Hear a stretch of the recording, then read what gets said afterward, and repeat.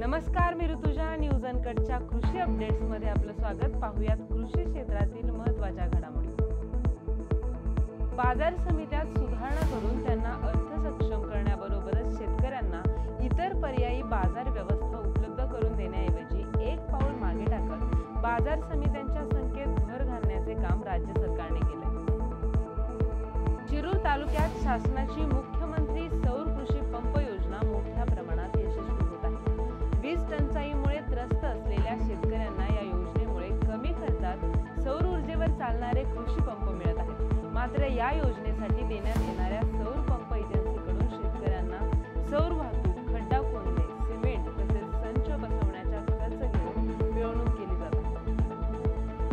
गेल्या खरीप हंगामात अतिवृष्टी व इतर कारणांमुळे नुकसान झालेल्या शेतकऱ्यांना पीक विमा खात्यात जमा केला जात आहे.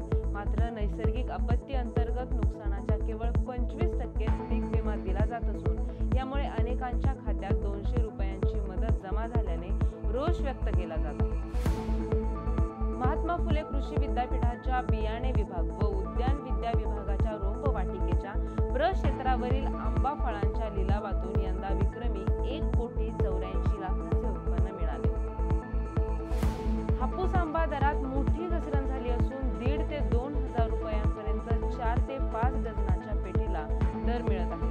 स्थानिक बाजारपेठेत देखील आंब्याची आवक वाढल्याने प्रति डझन 300 ते 500 रुपयांपर्यंत आंबा मिळतो. केंद्र सरकारच्या ग्राहक व्यवहार विभागाच्या भाव स्थिरीकरण निधी योजनेअंतर्गत नाफेड व NCCF या 2 नोडल एजन्सी मार्फत प्रत्येकी 1.5 लाख टन कांदा खरेदी होणार आहे.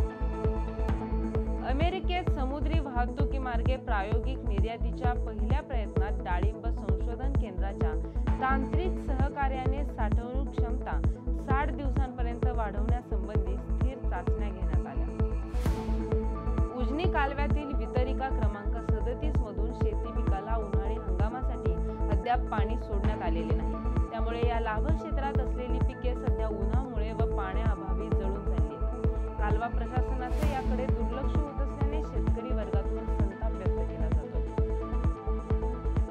या बातमी